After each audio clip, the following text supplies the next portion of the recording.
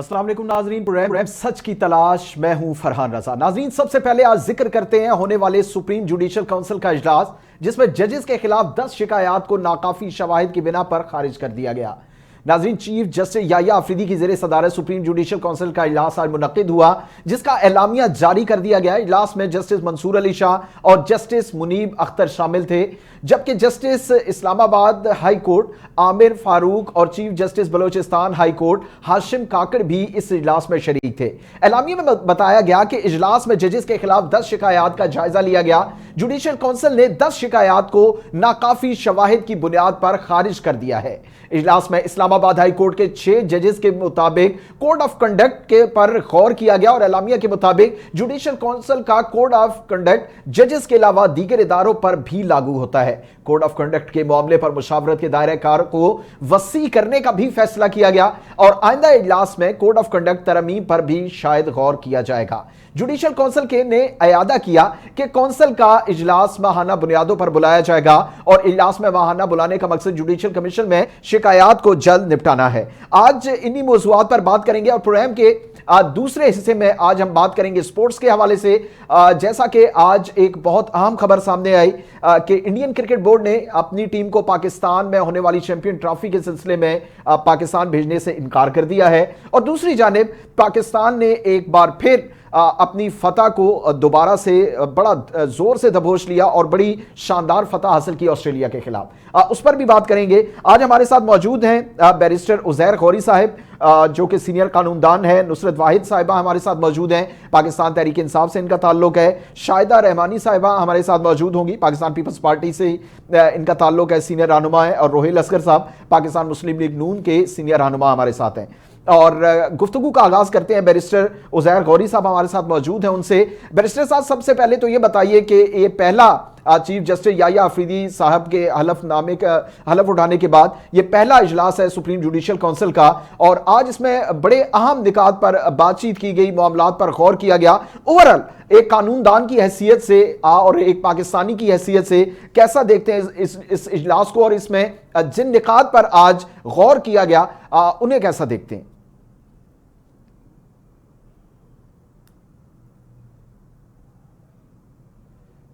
जी, barrister Uzair Gauri साहब, आपको आवाज आ रही है?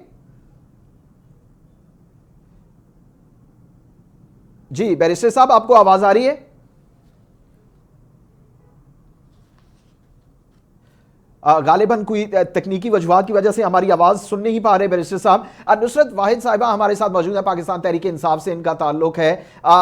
ये बताइएगा नुसरत वाहिद साहिबा कि आज हमारा मौजू ये है, इसमें डेफिनेटली हम बात करेंगे जो कि आज एक बड़ी अहम खबर सामने आई और ये कहा जा रहा है कि पाकिस्तान पीटीआई के जो बानी चेयरमैन हैं उनसे जेल में मुलाकात के लिए जेयूएफ जो है वो पर तोल रही है और मुलाकात करेगी, तो इस हवाले से भी आपसे बात करेंगे। लेकिन उससे पहले ये बताइए, आज सुप्रीम जुडिशल काउंसिल का इजलास हुआ, बड़े अहम नुकात पर वहां पर मुशावरत और फैसले किए गए, इस हवाले से क्या कहेंगी?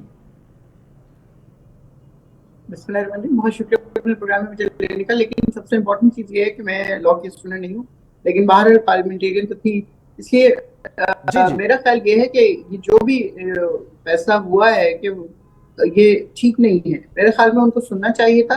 शवाहिद इससे ज्यादा और क्या होंगे कि बेइंतहा रिलायबल लोग, बेइंतहा बड़ी पोस्ट पे, यानी जजेस आपको कंप्लेन कर रहे हैं, 6 जजेस कि ये कुछ हमारे साथ हो रहा है, तो उनके बाद उसके बाद ये कहा जाए कि आपने शवाहिद नहीं दिए, तो ये तो बहुत बचकाना चीज लगती है कि आप यानी उनकी जबान के ऊपर यकीन नहीं कर रहे। आपका ख्याल है कि वो लोग झूठ बोल रहे हैं और आपका ये भी ख्याल है कि वो अपनी नौकरी को रिस्क पे लगा दिया, उन्होंने अपने रेपुटेशन को रिस्क पे लगा दिया और उन्होंने झूठ बोल दिया कि जी हमारे साथ ये कुछ हो रहा है।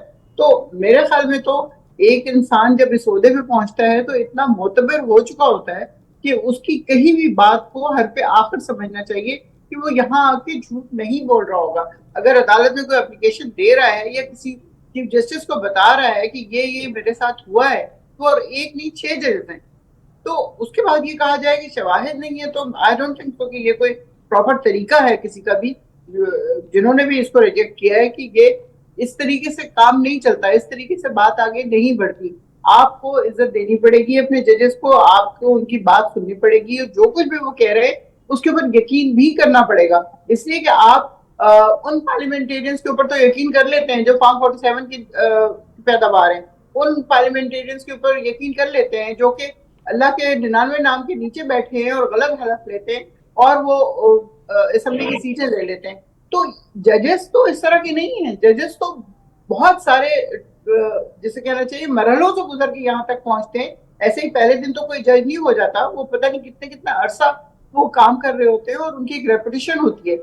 तो मैं नहीं समझती कि इसके ऊपर इस तरह उसको रिजेक्ट ठीक कर है। देना चाहिए। अच्छा, इस पर हम दूसरे वाहिद साहबा इस पर हम बात करेंगे डेफिनेटली। जैसे आपने भी कहा कि बिल्कुल हमारा ये टॉपिक जरूर है आज का, लेकिन जाहिर है आपने कहा कि लॉ की स्टूडेंट आप नहीं है, ये थोड़ा सा टेक्निकल चीजें हैं, इन पर हम बात करेंगे। ये बताइए कि आजकल बड़ी गूंज है JUIF की, एक वफ्द जो है वो बानी PTI से मिलने के लिए पर तोड़ रहा है, तो इस हवाले से कहां तक पेशरफ सामने आई और क्या क्या निकात हैं, क्या क्या पॉइंट्स हैं जिन पर मुशावरत और बातचीत हो सकती है, ये बताइए।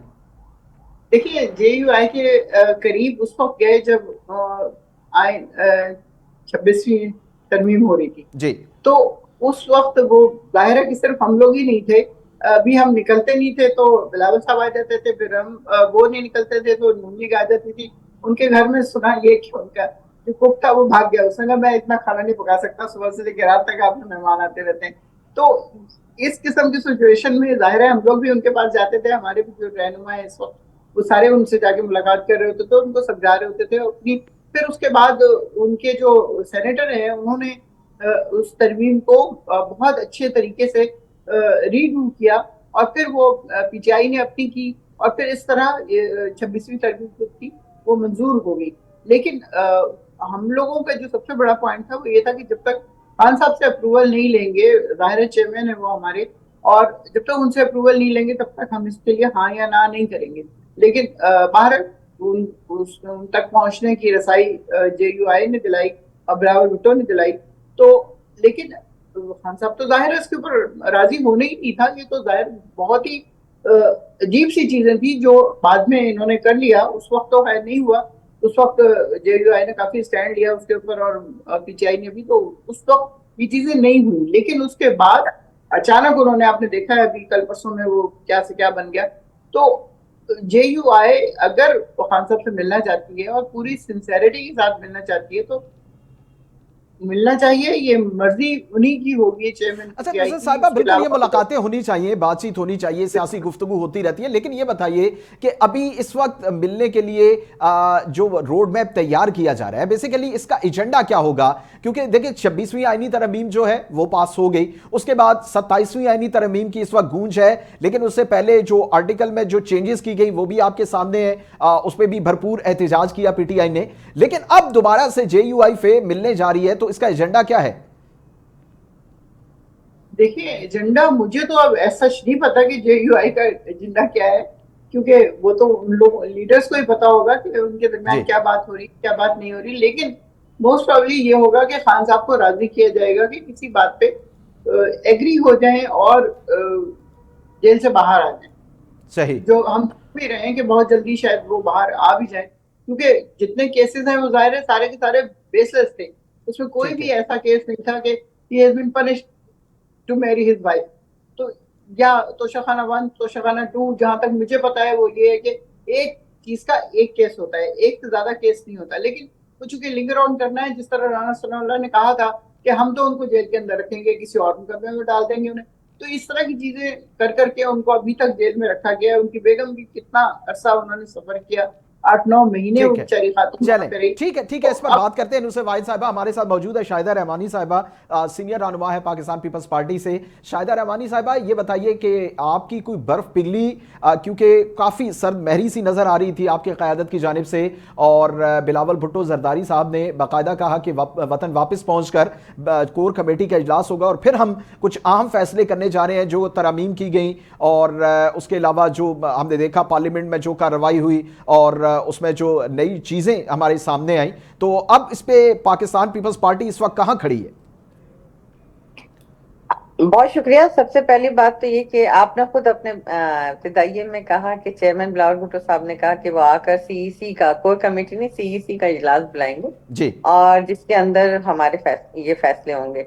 तो सबसे पहली बात तो ये कि अभी इजलास हुआ नहीं है, और जब इजलास होगा तो उसमें डिसाइड होता है। आपने देखा कि हमारे वहाँ पहले भी कि हम गवर्नमेंट में बैठे हैं ना बैठे हैं, या कोई भी फैसला करते हैं तो फर्द वाहिद नहीं करता, पूरी सीईसी का इजलास होता है जिसमें चारों सूबों की नुमाइंदगी होती है, जेपी जीबीएजी के, और सही। सबके बाहिमी मुशावरत के साथ मेजोरिटी में जो फैसला होता है उसे किया जाता है। तो बहुत सारे तहफुजात हैं, बहुत सारी हमारी रिजर्वेशंस हैं, और जो हुकूमत ने वादे किए थे उन पे कोई इम्प्लीमेंटेशन नहीं है। तो लिहाजा ये सारी चीजें हैं जिसकी वजह से पीपल्स पार्टी अपने तहफुजात का इजहार करी, क्योंकि पहले भी हम आपने देखा कि हमने वजारतें नहीं ली। लोग समझ रहे थे शायद हम वजारतें लेने के लिए या वजारतों को एंजॉय करने के लिए हम हुकूमत का साथ दे रहे हैं। हमने पहले भी ये कहा था कि मुल्क को जो माशी मुश्किलात हैं उसके पेश नजर हमने हुकूमत का साथ देने का फैसला किया तो था। फिर ऐसा तो नहीं कोई है भी कि होता, शाहिदा साहबा एक कुछ मिनट ऐसा मैं इंप्रेशन कंप्लीट तो कर नहीं लूं। जा रहा कि देखें, हुकूमत ने यूज कर लिया पाकिस्तान पीपल्स पार्टी का कंधा? 26वीं आईनी तरमीम पास करवानी थी, उसके लिए हमने देखा आपकी क़यादत ने भरपूर काम किया, आपकी क़यादत ने उसमें सर तोड़ कोशिशें की, और उसके बाद जब 26वीं आईनी तरमीम पास हो गई तो उसके बाद फिर ये चेंजेस जो पार्लियामेंट में हमारे सामने आई, उसके बाद 27वीं आईनी तरमीम की बात हो रही है। और अगर आपकी क़यादत को, पीपल्स पार्टी को अगर ऑन बोर्ड नहीं लिया गया तो क्या ये इंप्रेशन फिर सच होता दिखाई नहीं देता कि पीपल्स पार्टी को कहीं ना कहीं यूज किया गया? नहीं, ऐसा हरगिज नहीं है। आपको याद होगा कि जिस वक्त गवर्नमेंट बनने का मरहला था तो सबसे पहले पाकिस्तान पीपल्स पार्टी ने, जी। चूंकि पीटीआई के पास भी जो आजाद इस वक्त सुन्नी इत्तेहाद तहरीक के नाम से असेंबली में मौजूद है, उनके पास भी मेजोरिटी थी, और पीएमएलएन के पास भी। तो हमने ये फैसला किया था कि सबसे पहले कि पीटीआई को दावत दी थी कि आए हम मिलकर हुकूमत बनाए। पीटीआई ने जब रिफ्यूज किया तो जाहिर हुकूमत तो बन नहीं थी, तो सही। पीएमएलएन के साथ बने। और रही बात ये कि जी 26वीं आईनी तरमीम, तो 26वीं आईनी तरमीम में कोई ऐसी शिक शामिल नहीं की होने दी पाकिस्तान पीपल्स पार्टी ने जो कि मुल्क के या अवाम के मफाद के खिलाफ हो। ये पाकिस्तान पीपल्स पार्टी का शहीद मोहतरमा बेनजीर भुट्टो साहिबा का विजन था, ये ख्वाब था, जिसे कायद आज़म मोहम्मद अली जिन्ना ने भी कहा था कि याद होगा कि अदलिया जो है वो आज़ाद होनी चाहिए, और अदलिया पार्लियामेंट के आगे जो है, पार्लियामेंट सुप्रीम है और सही। जमहूरियत में होती है। और वही जो मिशन था 2006 में मिसाक जमहूरियत में भी तय था, लेकिन जब हमारी 18th अमेंडमेंट आई तो उस वक्त कोशिश की पीपल्स पार्टी ने, लेकिन आपको याद होगा कि हम सादा अक्सरियत में थे, और इसी वक्त की तरह जिस तरह अभी हालात थे तो कुछ गिव एंड टेक होता है। जब हमने आपने देखा कि इसमें चेयरमैन साहब ने बिल्कुल दिन रात मेहनत की, और उसमें मौलाना साहब के भी तजावीज को उसमें माना गया। तो जब आप कंसेंसस बिल्ड करते हैं तो उसमें तमाम पॉलिटिकल जमातों की राय का एहतराम भी किया जाता है, सही। कुछ उनकी बात मानी जाती है, कुछ अपनी मनवाई जाती है। तो उसमें ऐसी कोई बात नहीं थी कि जिसमें किसी भी पार्टी को एतराज हो। हत्ता कि पीटीआई के भी जो मेंबरान कमेटी के थे उन्होंने उसको एग्री किया था। तो ठीक है। लिहाजा 26वीं आईनी तरमीम में तो किसी को, मैं समझती हूँ कि कोई ऐसी चीज ही नहीं है जिसके ऊपर किसी को एतराज होता। चलें, ठीक है, ये बात तो बिल्कुल दुरुस्त है कि 26वीं आईनी तरमीम एक कंसेंसस के बिना पर सामने आई है, और जाहिर है उसमें जो निकाल या जो चीज़ें उस वक्त सामने रखी गई हैं, शायद उस वक्त के लिहाज से वो बेस्ट एक मुसवदा था जिसे कामयाब कराने में आपकी पार्टी ने, पीपल्स पार्टी ने बहुत अहम किरदार अदा किया। मजीद भी इस पर बात करते हैं। अभी ज्वाइन किया एक बार फिर हमारे साथ बैरिस्टर उज़ैर गौरी साहब, सीनियर कानूनदान है। बैरिस्टर साहब बहुत शुक्रिया। सबसे पहले तो ये बताइए कि आज सुप्रीम जुडिशल काउंसिल का इजलास हुआ, बड़े अहम निकार और अहम मौज़ूआत को एड्रेस किया गया, जजेस की शिकायत के हवाले से बड़े डीपली उन्हें लिया गया और उन दरखास्तों को खारिज कर दिया गया। ओवरऑल एक कानूनदान की हैसियत से आप इस सुप्रीम जुडिशल काउंसिल के इजलास को कैसा देखते हैं, और क्या क्या वो अहम तकनीकी पॉइंट्स हैं जो कि आपकी नज़र में हैं और पाकिस्तान या अवाम के लिए वो एक हौसला अफजा हो सकते हैं? कैसा देखते हैं आप?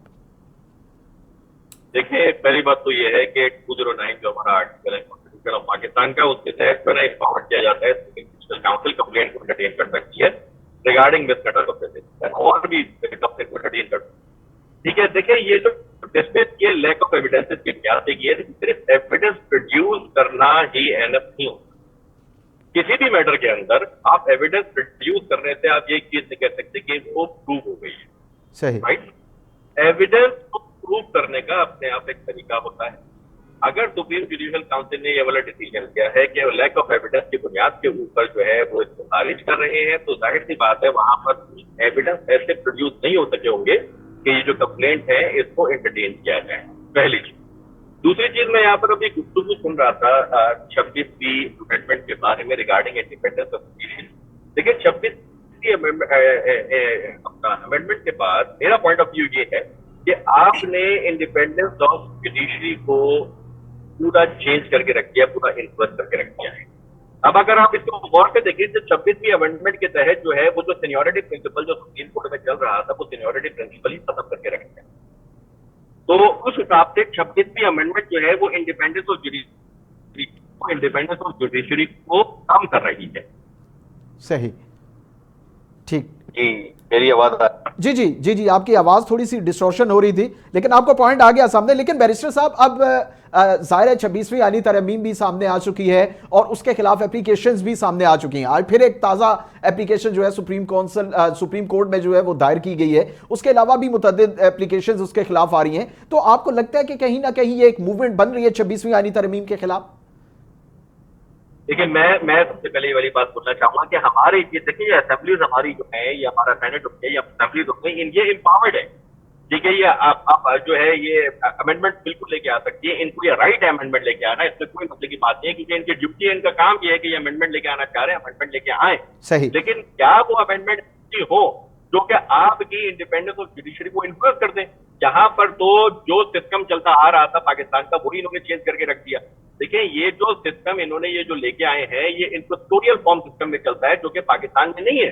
पाकिस्तान के अंदर तो एडवर्सरियल सिस्टम चलता है। अब इन्होंने उठा के इंक्वेस्टोरियल सिस्टम को फॉलो करते हुए 26वीं अमेंडमेंट को ये लेके आ गए और वहां पर लाके एक कॉन्स्टिट्यूशनल वहां पर बेंच भी तैयार करवा दी।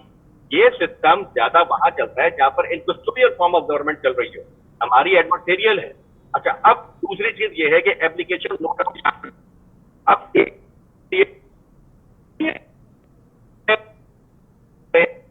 लॉ पे लॉ बन रहे हैं। मुझे ये समझ में नहीं आ रहा है कि इतनी जल्दी ये सारे काम क्यों हो रहे हैं। आप अगर हिस्ट्री उठा के देखें तो जितने भी हमारे जो ज्यादातर जो ऑर्डिनेंसेस हैं, ऑर्डिनेंसेस अगर आप उठा के देखें वो पाकिस्तान फॉर्मेशन के बाद से आपको ज्यादातर ऑर्डिनेंसेस नजर आएंगे, आपको एक्ट बहुत कम नजर आएंगे एज कम्पेयर टू ऑर्डिनेंसेस। हमारे अंदर क्या होता है, हम लोग एक्ट के अंदर जो है, जो कि पाकिस्तान बनने से पहले के जो एक्ट थे उसके अंदर हम 1960 में अडॉप्शन प्रिंसिपल हमने लगाया। उसके बाद से हम ये जो जितने भी जो एक्ट हैं हम इस एक्ट के अंदर हम कंटिन्यूस चेंजेस करते रहते हैं, ठीक है, हम कंटिन्यूस चेंजेस करते रहते हैं। अब यहाँ पर क्या हो रहा है, अब एक वो कहते हैं ना, justice hurried is justice worried, ये वही इस टाइम पे हो रहा है कि कंटिन्यूसली ये जल्दी जल्दी कानून पास कर रहे हैं। मुझे समझ में नहीं आ रहा आखिर इतनी जल्दी इनको क्या है। मैं तो यहाँ पर एक और बात कहना चाहूंगा। देखिए, मुझे तो मेरा अपना साथी पॉइंट ऑफ व्यू ये है कि ये जो असेंबली है यही अपने आप एक कॉन्ट्रोवर्शियल असेंबली है, ठीक है। एक कॉन्ट्रोवर्शियल असेंबली से इतनी जल्दी जल्दी जो है वो कानून पास करवाना, इतनी जल्दी जल्दी अमेंडमेंट पास करवाना, ये इसके नताइज आने वाले वक्तों में मुझे कुछ बेहतर नजर नहीं आ रहे हैं। सही, चले, ये तो आने वाला वक्त बताएगा, क्योंकि उसकी वजह यह है कि आपने जो सवाल उठाया वो सवाल पूरे काफी बड़ा एक क्वेश्चन मार्क है कि क्या जल्दी थी गवर्नमेंट को या क्या जल्दी हो सकती थी, और शायद ये एक ओपन सीक्रेट है कि हुकूमत को क्या जल्दी थी। इस हवाले से बात करते हैं। नुसरत वाहिदा साहिबा, ये बताइए कि अब आने वाले वक्तों में पीटीआई का क्या स्ट्रेटेजी नजर आ रही है? क्या अब दोबारा से, क्योंकि आप जो केपी के वजीर आला हैं उनका तो बड़ा सख्त स्टांस आता है, और लेकिन हमने देखा कि एकदम से गुब्बारे से हवा निकलती हुई महसूस होती है, जो कि एक मोमेंटम पकड़ा जाता है, एक बार जलसे जुलूसों के हवाले से, एहतजाज के हवाले से, लेकिन हर दूसरे दिन एक स्ट्रेटेजी चेंज हो जाती है। तो इस हवाले से अब क्या लाहे अमल सामने आ सकता है? देखिए, गंडापुर के जो आप कह रहे हैं कि गुब्बारे से हवा निकल जाती है, वो बिल्कुल हवा नहीं निकलती।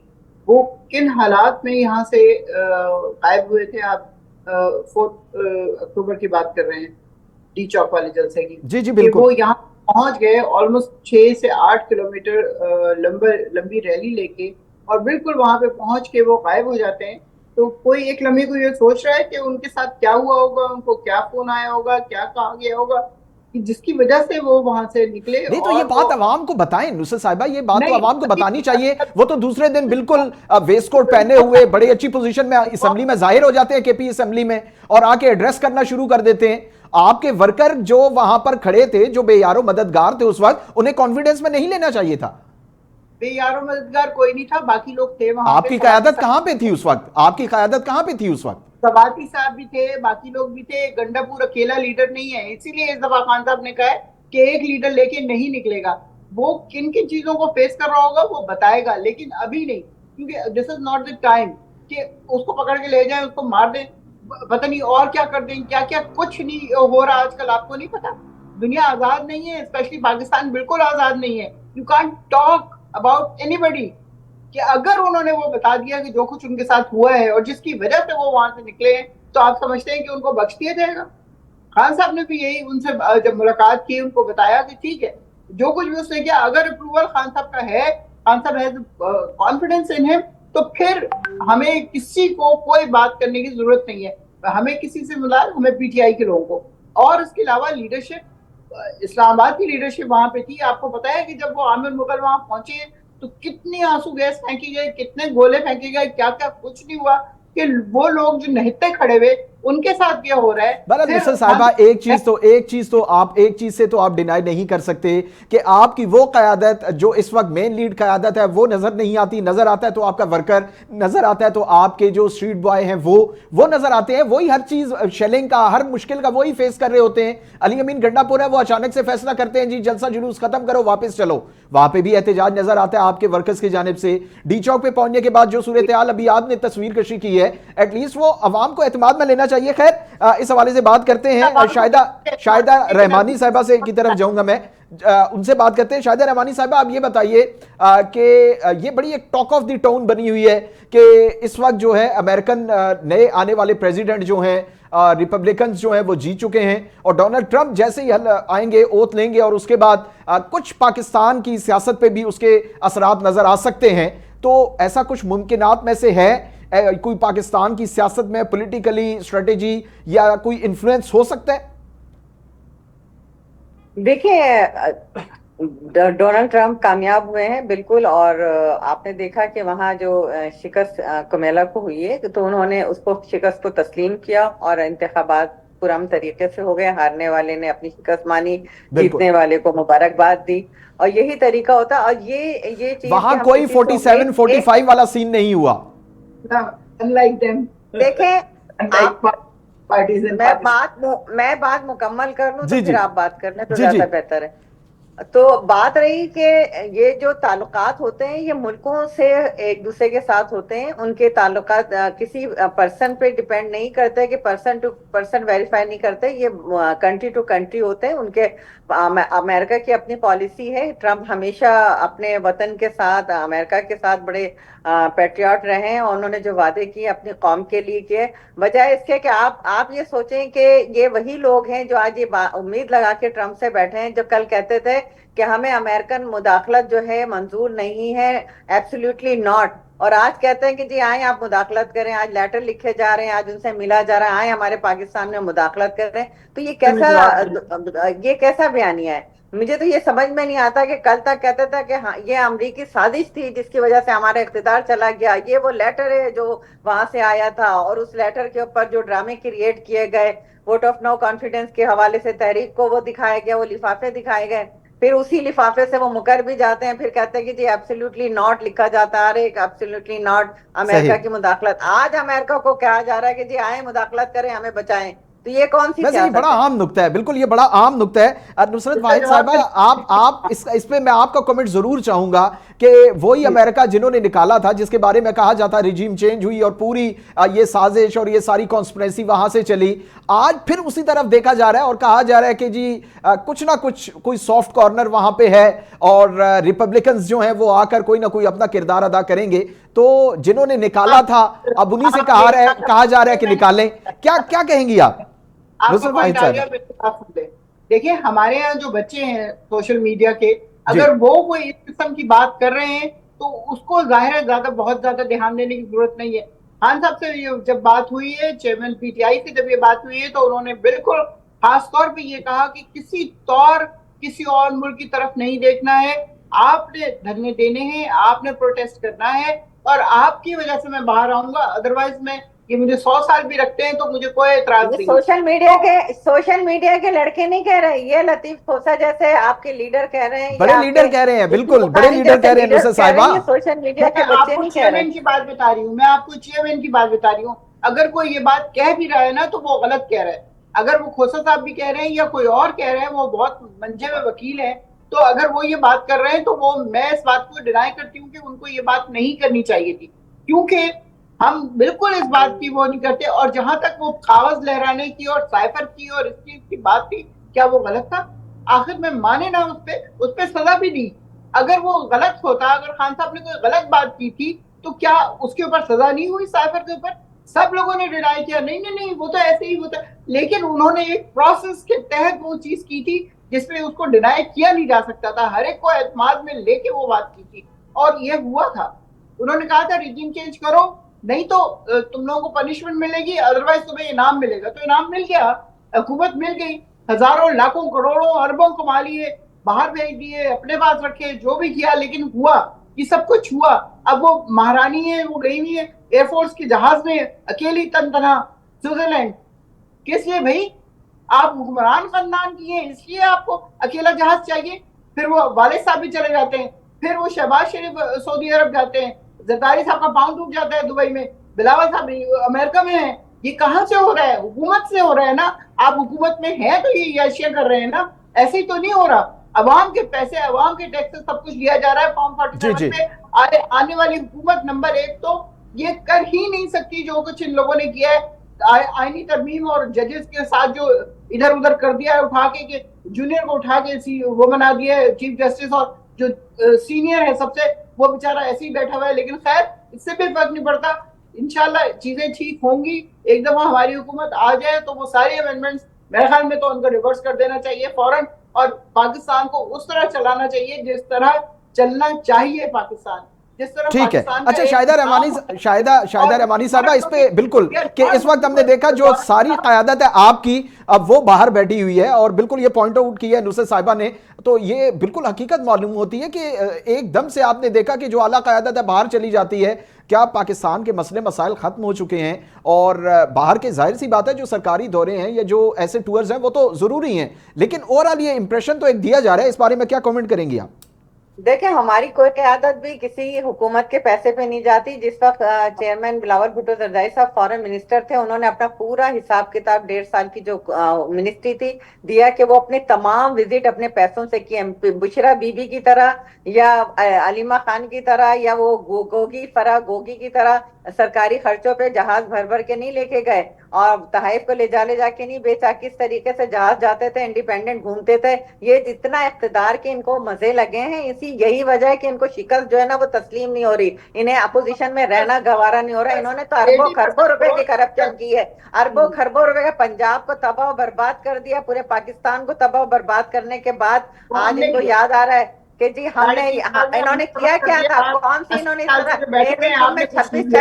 एक एक दिन में 52, 53 जब ऑर्डिनेंस कानून साजी हो रही थी, जब भूल गए कि किस तरीके से एक एक दिन के अंदर वो हत्या के पेश करने वालों को बात भी करने नहीं दी जाती थी, पड़ा हुआ समझा जाए। ये सब कुछ हमने देखा, ये सब कुछ इस पाकिस्तान में हुआ। 3.5 साल में कौन से दूध और शहद की नहरें।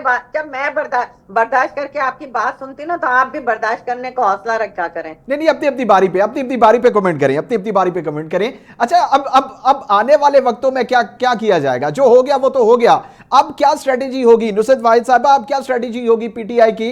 क्योंकि गवर्नमेंट तो चेंज हो चुकी है, आपने तो डिनाई कर दिया है कि हम किसी से कोई सपोर्ट नहीं ले रहे, या रिपब्लिकन्स के आने के बाद भी कोई ऐसा हम बानी पीटीआई के हवाले से या उनकी रिहाई के हवाले से कोई बड़ा ब्रेक थ्रू सामने आ सकता है या नहीं आ सकता है, इस हवाले से आपने कोई पॉजिटिव बात नहीं की? जी, इसलिए मुझे यकीन है कि कोई इस तरह की चीज नहीं होगी। डायरेक्ट वो लोग बिल्कुल इस तरह की बात नहीं करेंगे कि जी मैं आ गया हूं अब इसको रिहा कर दूं, इस तरह की चीजें नहीं होंगी। लेकिन हम जो डिमांड हमारी जो होगी वो दोबारा इलेक्शन और फेयर इलेक्शन की होगी, इसके अलावा और कोई चांस नहीं है। क्योंकि पाकिस्तान की जिस वक्त 8 फरवरी को इलेक्शन हुआ है, 80% अवाम ने हमें वोट दिया है। अब अगर इलेक्शन होगा तो 98% अवाम हमें वोट देगी।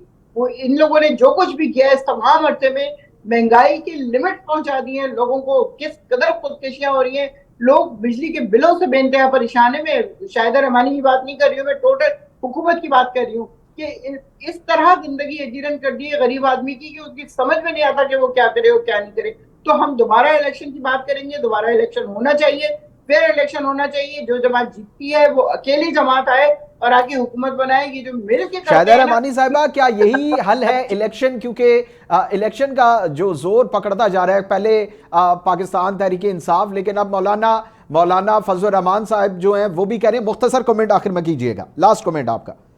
देखिए, मौलाना फजल रहमान ने on the floor of the house कहा कि जो इलेक्शन के रिजल्ट हैं उन्हें तस्लीम करते हुए हमें आगे बढ़ना चाहिए, पीछे मुड़ के नहीं देखना चाहिए। अगर ऐसा ही होता तो फिर 2018 के इलेक्शन आरटीएस बैठाकर ऐसी मुल्क में तबाही मुसल्लत की गई थी, तो फिर उस वक्त भी ये होना चाहिए। लेकिन पीपल्स पार्टी ने हमेशा कहा कि सिस्टम चलना चाहिए। चले, बहुत शुक्रिया शाहिदा रहमानी साहिबा पाकिस्तान पीपल्स पार्टी से, बैरिस्टर उजैर गौरी सीनियर कानूनदान और नुसरत वाहिद साहिबा पाकिस्तान तहरीक इंसाफ से हमारे साथ मौजूद थी। बहुत शुक्रिया आपका। और अभी हमें ज्वाइन किया है रोहिल असगर साहब, सीनियर रहनुमा पाकिस्तान मुस्लिम लीग नून से। रोहिल साहब, बहुत शुक्रिया आपका। सबसे पहले तो आज एक बड़ी हमने देखा पेशरफ सामने आई, सुप्रीम जुडिशल काउंसिल का इजलास हुआ जिसमें जजेस के खिलाफ जो शिकायत थी उन्हें जो है वो रफा कर दिया गया और नाकाफी शवाहिद की वजह से वो शिकायत जो है रद्द कर दी गई। उसके अलावा जो है वो जो 6 जजेस वाला मामला था उसे भी ज़ेरे गौर लाया गया और उस पर कहा गया कि नेक्स्ट इजलास में जो है वो बातचीत की जाएगी, हर महीने इजलास किया जाएगा। तो कैसा देखते हैं आपकी 26वीं आईनी तरमीम के बाद ये जो पेशरफ नजर आ रही है, तो इस पर मैं आपका कमेंट चाहूंगा।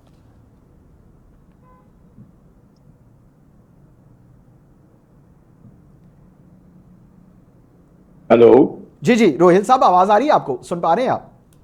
ये सवाल आपने मुझसे किया है? जी जी, आपसे सवाल किया है। अगर आपने सुना हो या दोबारा मैं आपसे सवाल करूं? नहीं, मैं वो समझ गया हूँ। आप अपना जुडिशल काउंसिल, जी जी बिल्कुल। तो ठीक है, ये तो बड़ी अच्छी खुशाइन बात है कि हर चीज का कोई ना कोई तो होना चाहिए ना। उसका इंसाफ के तकाजे तो यही कहते हैं ना कि आप उसको शफाफ किस्म की होनी चाहिए उसकी, जो आप उसको इंक्वायरी कहते हैं या उसको आप रियलिटी बेस्ड जो हकीकत है उसको सामने आना चाहिए। सही। तो ये जो चीजें हैं ये आपको आने वाले वक्त में, मैं पहले भी इसलिए कह रहा था कि आपको थोड़ा सा इंतजार करें कि आप देखें इसकी अफादियत क्या है। अब अगर तो ये बेहतरी की तरफ है तो फिर तो बहुत अच्छी बात है। और आज आप जैसे आप इरशाद फरमा रहे हैं कि देखा गया और फिर उसके बाद उसके एक जो शिकायत थी उनको दूर कर दिया गया और जो मामला थे उनको निपटा दिया गया। ठीक है। अच्छा, बिल्कुल ये बात बिल्कुल सही है। इस पे इंतजार करते हैं और देखते हैं कि आने वाले दिनों में, आने वाले वक्त में क्या पेशरफ सामने आती है। रोहिल साहब, एक चीज बड़ी जो टॉक ऑफ द टाउन बनी हुई है और मुतअद्दिद जो है हमने देखा कि इस 26वीं आईनी तरमीम के खिलाफ पिटीशंस दायर की जा रही हैं। आज भी बड़े सीनियर सियासतदान हैं, उनकी जानिब से सुप्रीम कोर्ट में एक और पिटीशन दायर की गई। तो ये तो कोई शक नहीं है कि पार्लियामेंट सुप्रीम है, लेकिन एक पार्लियामेंट से पास की हुई 26वीं आईनी तरमीम है, क्या वो रिवर्स हो सकती है सुप्रीम कोर्ट के थ्रू? क्योंकि वहां पर जाहिर है एप्लीकेशंस तो मूव हो रही हैं, मूव की जा रही। देखिए, कानून तो ये कहता है और आइन ये कहता है कि सुप्रीम कोर्ट उसकी तशरीह कर सकती है आइन की। ठीक, आइन को रद्द नहीं कर सकते, आइन को खत्म नहीं कर सकते। आइन तो एक ही सूरत में खत्म होता है ना, जिसको आप डिक्टेटरशिप कहते हो या माशाल्लाह कहते हो। सही, आइन आप रोक कर देते हो, वोक कर देते हो, तो फिर वो ये हो सकता है। वरना सुप्रीम कोर्ट के पास ये है इख्तियार कि वो उसकी तशरीह कर सकते हैं। ठीक है, उसको रद्द नहीं कर सकते। सुप्रीम तो ऑब्वियसली, वैसे तो डेमोक्रेसी में तो जो आपकी पार्लियामेंट है वो सुप्रीम है। सही। और अगर कानून बनाते हैं तब भी कानून, हाँ, कानून को आप रद्द-बदल कर सकते हैं अगर वो आपके राइट्स को सलब करता है तो कानून खत्म हो सकता है। ठीक है। अच्छा रोहिल साहब, थोड़ा सा पॉलिटिकली थोड़ी सी बात कर लेते हैं क्योंकि वक्त हमारे पास बिल्कुल मुख्तसर है। ये बताइए कि पाकिस्तान पीपल्स पार्टी ने बड़ा ही सख्त स्टांस लिया है उन सीनियर क़यादत की जानिब से, बिलावल भुट्टो साहब की जानिब से भी, चूंकि वो बैरून मुल्क है तो उन्होंने कहा कि आते ही वो CEC का इजलास तलब कर लेंगे। और क्या आपकी क़यादत ने, आपकी पार्टी ने जो अभी आर्टिकल्स में जो तरमीम हुई है या जो आर्टिकल्स पेश किए गए पार्लियामेंट में, क्या एतमाद में नहीं लिया गया? क्योंकि उन्होंने इस काफी सख्त स्टांस नजर आ रहा है पीपल्स पार्टी का और आपके मेन एलाइज हैं वो। असल पे यहाँ पे एक बहुत बड़ा अलमिया ये है कि आप जब सब कुछ कर लेते हैं ना, उसके बाद आपको समझ आती है कि हवा किस तरफ चल रही है। तो जब आप हवा देखते हैं कि कुछ वकला हजरात थे, वो उनका एक बड़ा एक्सट्रीम का एक इंस्टांस था इस मामले में, और जो पीटीआई है उसका भी इस मामले में एक स्टैंड था। अब पीपल्स पार्टी क्या चाहती है, ये मैं यहाँ बैठ के तो कुछ नहीं कह सकता, लेकिन बड़ी अजीब सी बात है। सही, लेकिन पहले एतमाद में लिया जाता है ना रोहिल साहब, पहले एतमाद में लिया जाता है। पहले भी 26वीं आईनी तरमीम में एक बहुत बड़ा मार्का था, तो पहले सारी चीजें डिसाइड की जाती हैं। तो क्या इस हवाले से अभी बातचीत नहीं हुई थी? मैं वही आपसे अर्ज करना चाह रहा था, आपने वो दोबारा अपनी बात शुरू कर दी। मैं यही आपसे अर्ज करना चाह रहा था कि अगर आप थोड़ा सा माजी में झांक के देख लें तो आपको नजर आएगा कि बिलावल भुट्टो साहब तो बहुत एक्टिव थे इस 26वीं तरमीम को लेके जी। एक पाँव उनका फजल रहमान साहब के घर की तरफ था, एक पाँव उनका किसी और घर की तरफ था, और चेहरा उनका जो मुस्लिम लीग नून की तरफ था।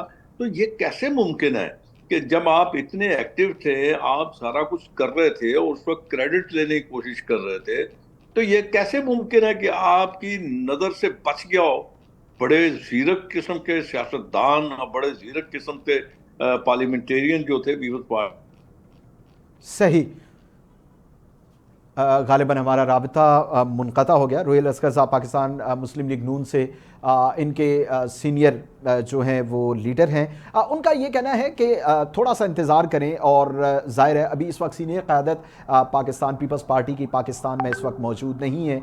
इसी तरह हमने देखा कि सीनियर क़यादत मुस्लिम लीग नून की भी पाकिस्तान में मौजूद नहीं है।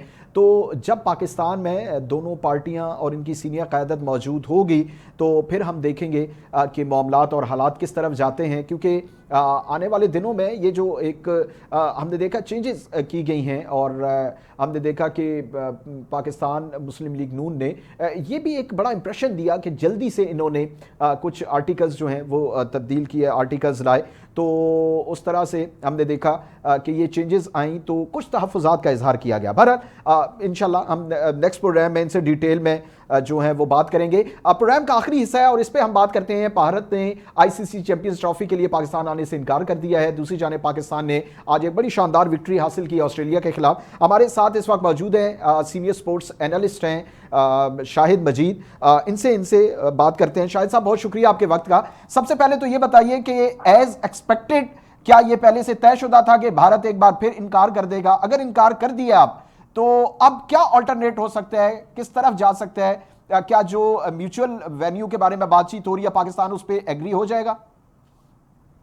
जी फरहान साहब, ये तो एक्सपेक्टेड था, और जैसा कि आपने देखा होगा कि भारत जो है पिछले काफी सालों से जो है पाकिस्तान के साथ खेलने से इनकारी है। और आखिरी दफा जब पाकिस्तान में जो एशिया कप होना था 2023 में, उसमें भी इंडिया ने ऐसा ही किया था, और बिल आखिर पाकिस्तान को हाइब्रिड मॉडल पे जाके श्रीलंका में भारत के मैचेस खिलवाने पड़े थे। तो इस बार भी उन्होंने यही किया है और ये एक्सपेक्टेड है। और अगर पीसीबी को ये अनएक्सपेक्टेड लगा है तो उनके लिए ये एक अचंभे की बात होनी चाहिए, क्योंकि ये सबको पता है कि इंडिया कभी भी पाकिस्तान में आकर नहीं खेलेगा।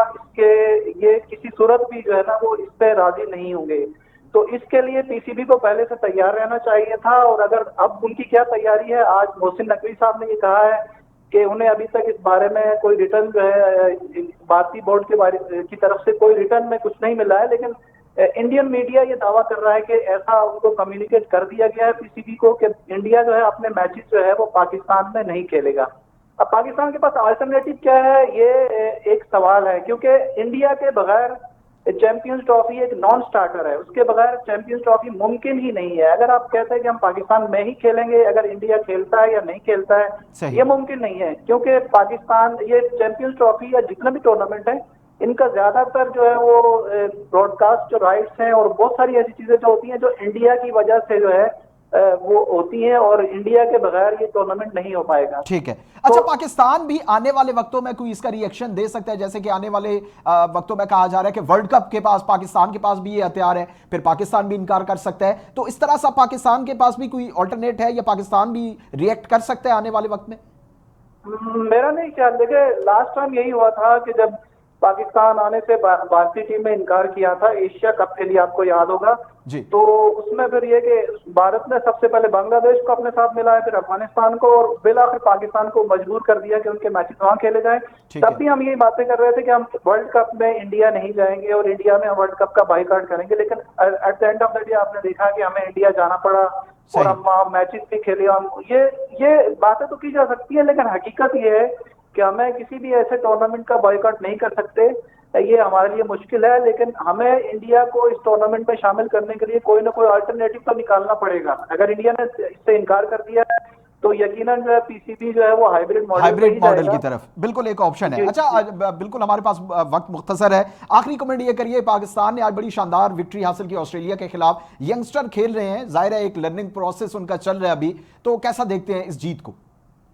बहुत ही जबरदस्त। देखिए ये इतनी बड़ी विक्ट्री है कि पाकिस्तान की रिसेंट तारीख में इतनी बड़ी विक्ट्री नहीं होगी। हम भी यही कहते हैं कि एक वनडे भी अगर पाकिस्तानी टीम जीत सकती है तो बहुत बड़ी विक्ट्री होगी। और आज आपने देखा जिस तरह यंगस्टर्स ने, बिलखुसूस साइम अयूब ने जो बैटिंग की है उस पिच पे, जहाँ पे इंडिया ऑस्ट्रेलियन बैट्समैन जो है वो बहुत ही हमारी बॉलर्स के सामने बेबस नजर आ रहे थे, हमारे बैट्समैनों ने बेहतरीन बैटिंग की है, बेहतरीन खेले हैं।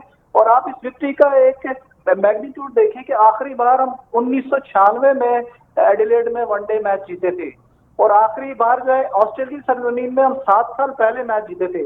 तो इसकी वजह इससे ये साबित होता है कि ये कोई बहुत आम की बात नहीं है। ऑस्ट्रेलिया में वनडे मैच जीतना इटसेल्फ एक बहुत बड़ी अचीवमेंट है और ये बहुत अच्छा खेले। और जिस तरह हारिस रोफ की फॉर्म है, मुझे उम्मीद है कि संडे वाला जो मैच है हम वो मैच भी जीतेंगे और ये सीरीज इंशाल्लाह भी जीतेंगे। बिल्कुल, बहुत शुक्रिया शाहिद मजीद, सीनियर स्पोर्ट्स एनालिस्ट हमारे साथ मौजूद थे। वक्त मुख्तसर था और नहीं तो इस पे बड़ी लंबी और बड़ी अच्छी डिबेट मजीद भी हो सकती है। नाजरीन, आज के प्रोग्राम से इतना ही और हमारी ये ख्वाहिश है कि पाकिस्तान की टीम एक बार फिर अपने माजी को दोहराए और बहुत अच्छा परफॉर्म करे और जो मोमेंटम आज की जीत से हमें नजर आया उस मोमेंटम को बरकरार रखें। अपना ख्याल रखिएगा। आज के प्रोग्राम से इतना ही, अल्लाह ने के बाद।